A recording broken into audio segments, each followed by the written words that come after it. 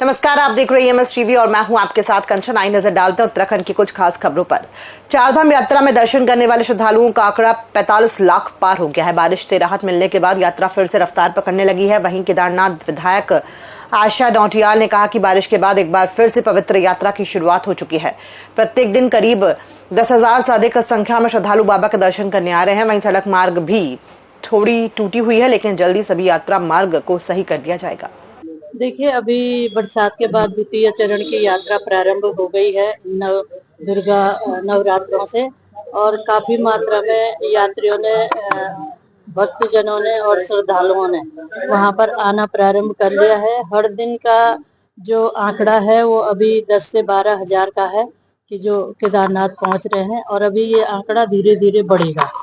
तो निश्चित तौर पर धीरे धीरे यात्री आने लगे हैं। लोगों में उत्साह है और रौनक है क्षेत्र।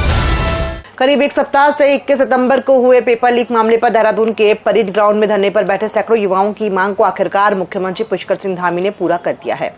मुख्यमंत्री आज स्वयं बेरोजगार युवाओं के प्रदर्शन स्थल में पहुंचे, जहां उन्होंने उनकी मांगों को सुना, जिसमें प्रमुख मांग पेपर लीक प्रकरण में सीबीआई जांच को लेकर उन्होंने सभी युवाओं के सामने कहा कि पेपर लीक प्रकरण में सीबीआई जांच की संस्तुति देते हैं। इस बात को सुनते ही युवाओं के चेहरे खिल उठे। इसके साथ ही मुख्यमंत्री ने यह भी आश्वासन दिया है कि जो भी बेरोजगार युवा जिस पर मुकदमा दर्ज हुआ है उसको निरस्त किया जाएगा, जिससे उनके भविष्य पर कोई नकारात्मक असर न पड़े। हम सब लोग मिलकर देखिए भर्ती प्रक्रिया भी अच्छी करेंगे, राज्य भी हमारा पूरे देश का सबसे अच्छा राज्य बने। उसमें सबसे महत्वपूर्ण भूमिका अगर किसी की होने वाली है, जो यह अमृत काल है, अमृत काल और 2047 में प्रधानमंत्री श्री नरेंद्र मोदी जी का संकल्प है कि हमारा देश विकसित भारत बने, आत्मनिर्भर भारत बने। उस आत्मनिर्भर भारत में और उस विकसित भारत के संकल्प को पूरा करने में सबसे बड़ा योगदान किसी का होने वाला है, तो हमारे सभी इन युवा साथियों का होने वाला है। इन्हीं के सहयोग से उत्तराखंड हिंदुस्तान का हमारा श्रेष्ठ राज्य बने, उसमें भी हम सबको योगदान देना है। देखिए, मैं माननीय मुख्यमंत्री जी का दिल की गहराई से बहुत बहुत धन्यवाद ज्ञापित करना चाहूंगा कि मुख्यमंत्री जी ने युवाओं की आवाज को सुनकर के, और क्योंकि युवा मुख्यमंत्री है इसलिए युवाओं की आवाज सुनकर के धरना स्थल पर आए।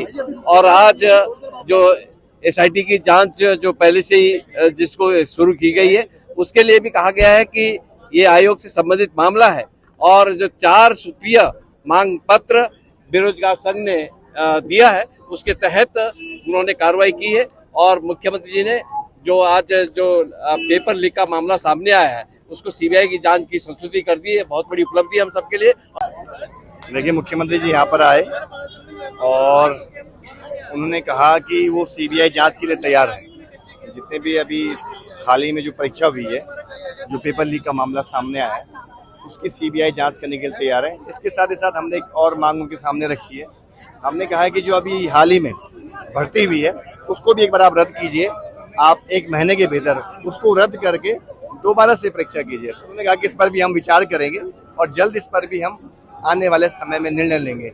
युवा और अभिभावक जो एक तरह से ये चाहते थे कि इस परीक्षा को जो है, इस परीक्षा की सीबीआई जांच होनी चाहिए, वो आज मुख्यमंत्री जी ने यहाँ पर जो है उसका संज्ञान लेकर उसकी संस्तुति जो है बेरोजगार संघ के लेटर पर दे दी है। तो इसका मतलब है प्रदेश में सीबीआई आ रही है। और दूसरी चीज ये है कि जो संयुक्त स्नातक स्तरीय परीक्षा थी उसको लेकर हमने ये कहा था कि इसको आप तत्काल निरस्त किया जाए। तो मुख्यमंत्री जी ने उसमें ये कहा है कि अब ये जो परीक्षा है ये सरकार के दायरे से हटकर अब ये एक तरह से हाईकोर्ट के जो जज हैं ध्यानी जी, उनके समक्ष ये रखा गया है, और साथ ही एसआईटी इनके समक्ष ये रखा गया है। देखिए, उत्तराखंड बेरोजगार संघ ने अभी 4 मांगे रखी थी। उन मांगों में एक मांग को यहीं पर अपने हैंड राइटिंग से लिख के उन्होंने सीबीआई की संस्तुति अगर की है, तो मैं युवाओं की बड़ी चीज इसको मानूंगा।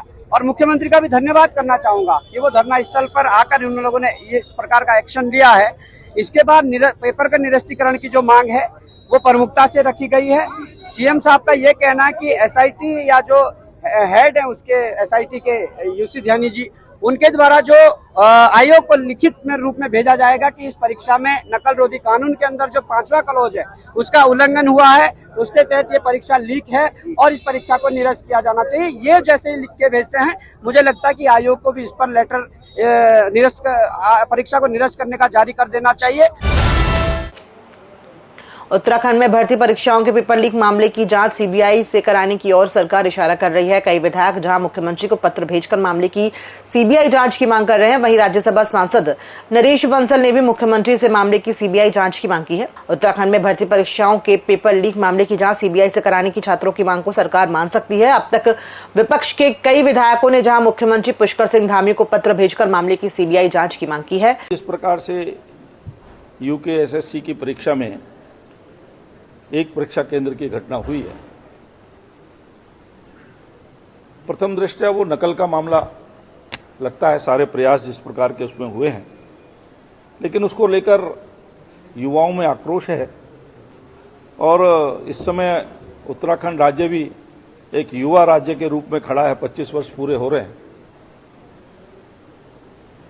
तो युवाओं के सामने स्वप्न है और मुख्यमंत्री धामी जी के नेतृत्व में सरकार ने युवाओं के सपनों को पूरा भी किया है। 25,000 नौकरियां बिना किसी भेदभाव के, बिना कोई पेपर लीक के ये दी गई हैं। देश का सबसे कड़ा नकल विरोधी कानून ये बनाया गया है।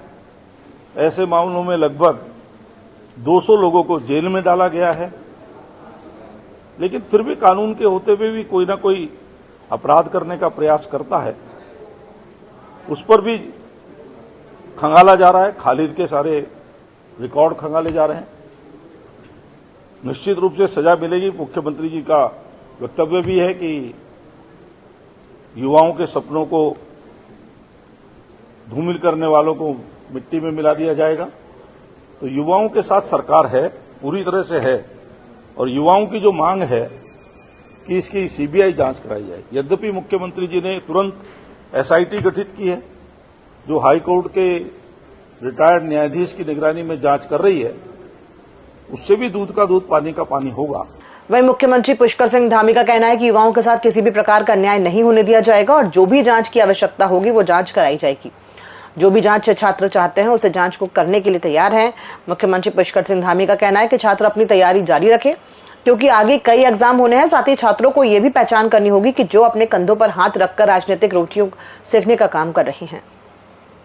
देखिए, युवाओं के मामले में हमारा पहले दिन से स्पष्ट मत था। हमने कहा कि युवाओं के हक में और उनकी योग्यता, प्रतिभा, क्षमता के साथ किसी भी प्रकार का अन्याय नहीं होना चाहिए, कोई भ्रष्टाचार नहीं होना चाहिए।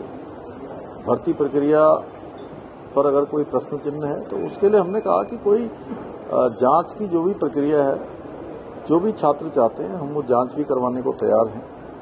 छात्रों के हित में हम निर्णय लेने के लिए सभी प्रकार के तैयार हैं। और मैं छात्रों से यही कहना चाहता हूं कि उनको आगे सबको तैयारियां करनी हैं अपनी। आगे बहुत सारे एग्जाम होने हैं, बहुत सारी चयन की प्रक्रिया चल रही है। एक बड़ा कैलेंडर उनके सामने उनका इंतजार कर रहा है। सभी लोग अपनी तैयारियां करें और जो छात्रों को अनावश्यक रूप से राजनीति के इस खेल में आगे करना चाहते हैं, उनके कंधों पर रख के अपना स्वार्थ सिद्ध करना चाहते हैं, ऐसे लोगों को उनको पहचानना भी है और कहीं न कहीं अपने विवेक से निर्णय लेकर आगे बढ़ना भी है।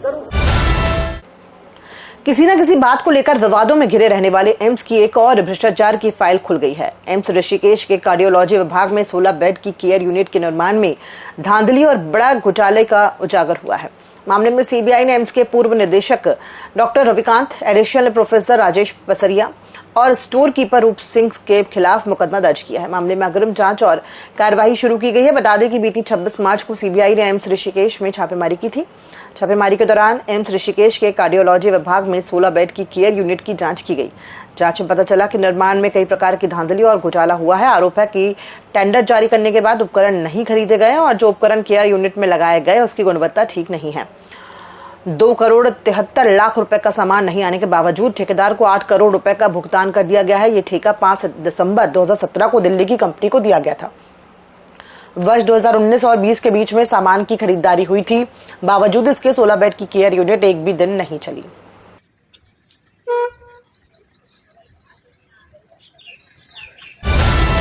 मुख्यमंत्री पुष्कर सिंह धामी ने आज डॉक्टर भीमराव अम्बेडकर समाज कल्याण बहुउद्देशीय शिविर रथ को हरी झंडी दिखाकर रवाना किया। मुख्यमंत्री ने कहा कि यह रथ 125 दिनों तक राज्य के विभिन्न ग्रामीण क्षेत्रों में 240 बहुउद्देशीय शिविरों के माध्यम से गरीब, जरूरतमंद और वंचित वर्ग के लोगों तक केंद्र और राज्य सरकार की कल्याणकारी योजनाओं का लाभ पहुंचाएगा।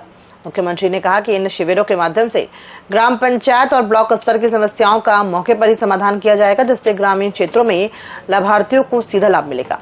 मुख्यमंत्री ने सभी जिलाधिकारियों को निर्देशित किया है कि शिविरों में जनपदों के वरिष्ठ अधिकारियों की उपस्थिति में सभी लाभार्थी योजनाओं और सेवाओं का त्वरित निस्तारण सुनिश्चित किया जाए।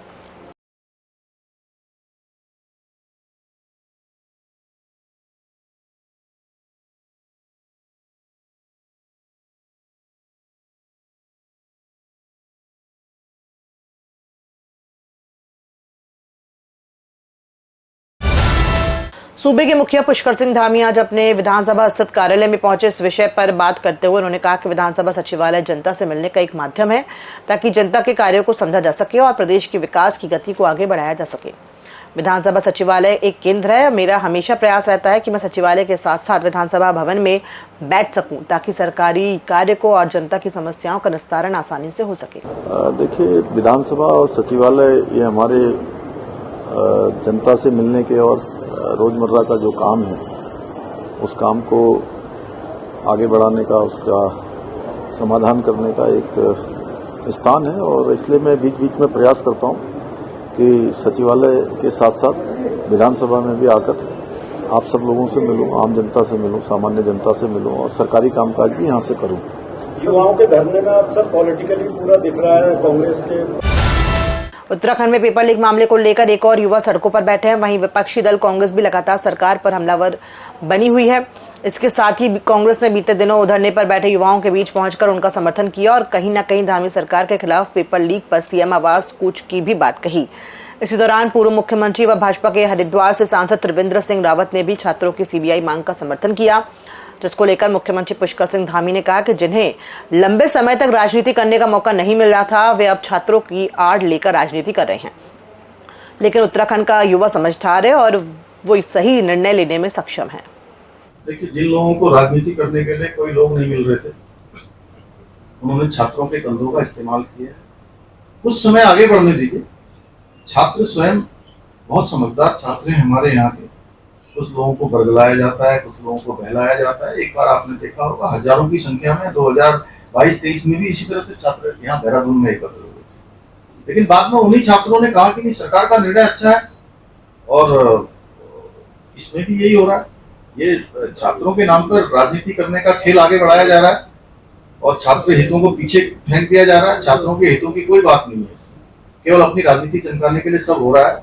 हाँ, ये जरूर है कि जो असली छात्र थे उन्होंने कल चुनाव मतदान में भाग लिया है और चुनाव में जो विजय भी हुए हैं और जो विजय हुए हैं या पीछे रह गए हैं वो सारे छात्र हैं। खबरों में फिलहाल इतना ही। दीजिए इजाजत। नमस्कार।